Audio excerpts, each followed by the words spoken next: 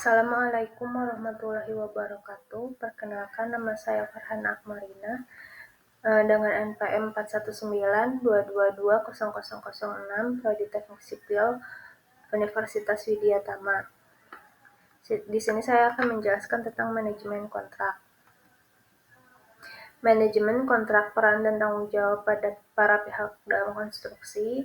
Pihak dalam konstruksi ada pemilik proyek, kontraktor, konsultan perencana dan pengawas, subkontraktor, pemerintah, dan regulator. Jenis kontrak konstruksi di Indonesia ada kontrak lamsam, harga satuan, design and build, kontrak turnkey.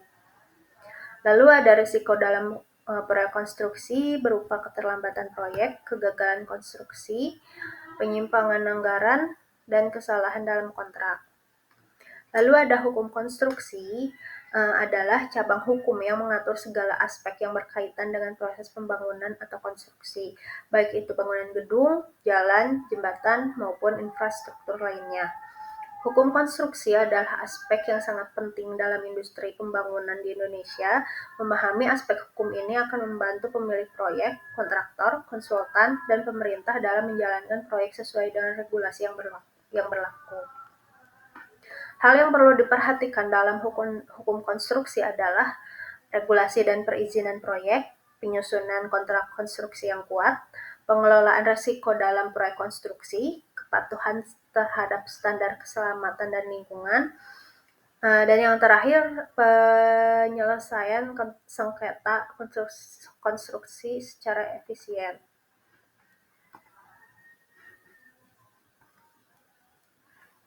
Tahapan pengadaan pekerjaan konstruksi dan jasa konsultasi konstruksi adalah perencanaan pengadaan, persiapan pengadaan, pelaksanaan kontrak, penyelesaian, dan serah terima pekerjaan.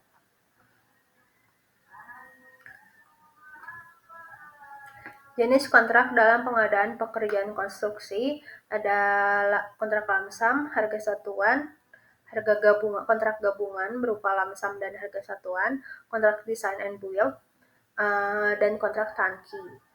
Risiko dalam pengadaan konstruksi berupa keterlambatan proyek, kenaikan biaya, dan kualitas pekerjaan yang buruk, lalu sengketa dan klaim.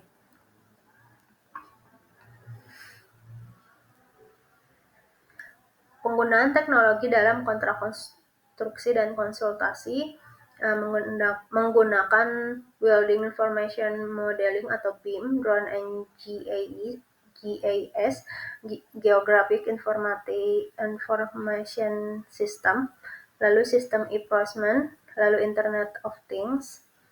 Lalu ada etika dan transparansi dalam pengadaan konstruksi, transparansi, kompetisi yang sehat, akuntabilitas, dan anti korupsi.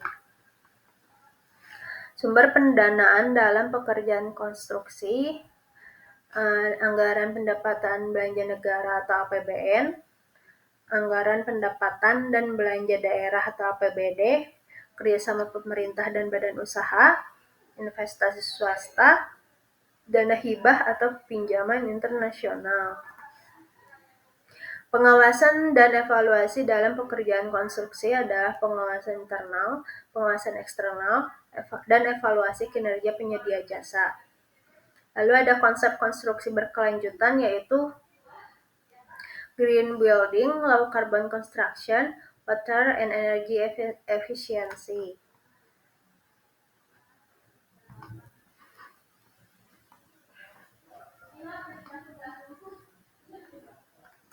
Hal penting yang diperhatikan dalam pengadaan konstruksi dan jasa konstruksi, memahami regulasi yang mengatur pengadaan untuk memastikan kepatuhan hukum, lalu mengetahui metode pemilihan penyedia jasa agar proses berjalan secara adil dan transparan, ada mengelola risiko proyek agar pekerjaan berjalan sesuai jadwal dan anggaran, mengadopsi teknologi dan inovasi untuk meningkatkan efisiensi dan akurasi dalam pekerjaan konstruksi, lalu memperhatikan aspek berkelanjutan dan lingkungan untuk mendukung pembangunan berkelanjutan.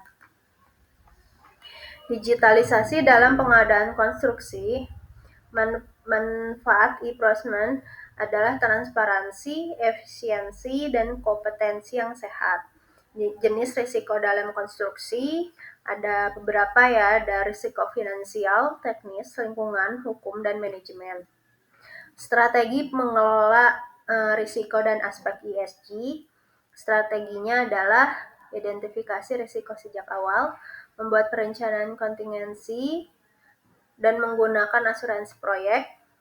Lalu ada aspek ESG dalam konstruksi, environmental atau lingkungan, sosial, governance atau tata kelola perusahaan.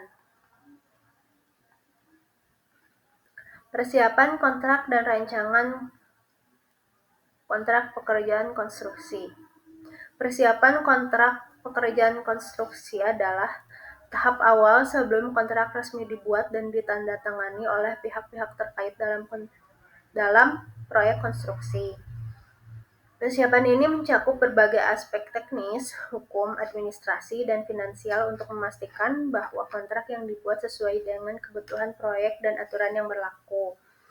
Persiapan kontrak bertujuan untuk mengidentifikasi ruang lingkup pekerjaan, menetapkan hak dan kewajiban para pihak, mengantisipasi potensi risiko, serta menghindari sengketa di masa mendatang.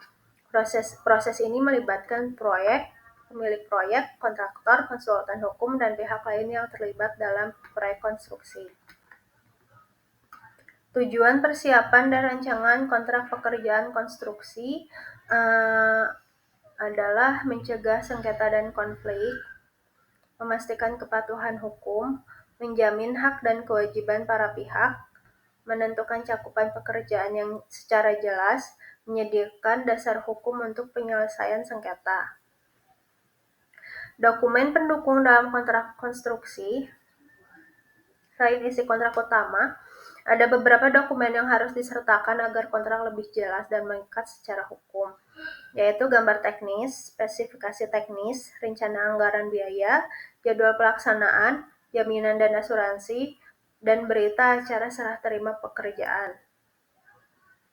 Lalu ada potensi risiko dalam kontrak konstruksi dan cara mengantisipasinya, keterlambatan proyek, perubahan lingkup pekerjaan, sengketa dan iklim, kebangkrutan atau ketidakmampuan kontraktor, kualitas pekerjaan tidak sesuai standar.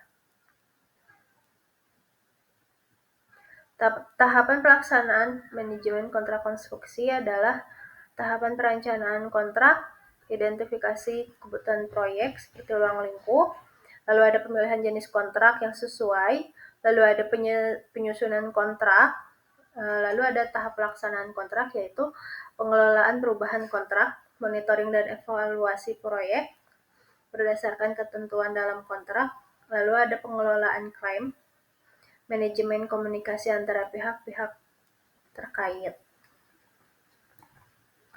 Lalu ada tahap penyelesaian kontrak berupa finalisasi pekerjaan dan serah terima proyek, penyelesaian administrasi kontrak, lalu evaluasi proyek untuk perbaikan sistem.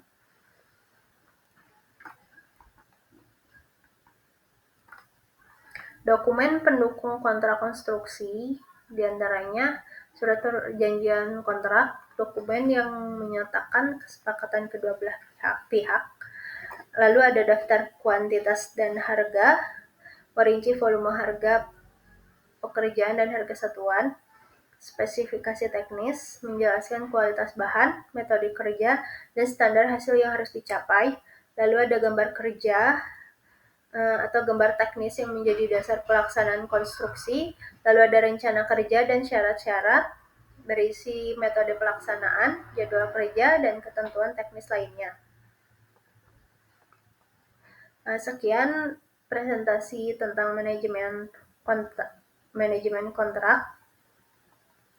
Terima kasih. Wassalamualaikum warahmatullahi wabarakatuh.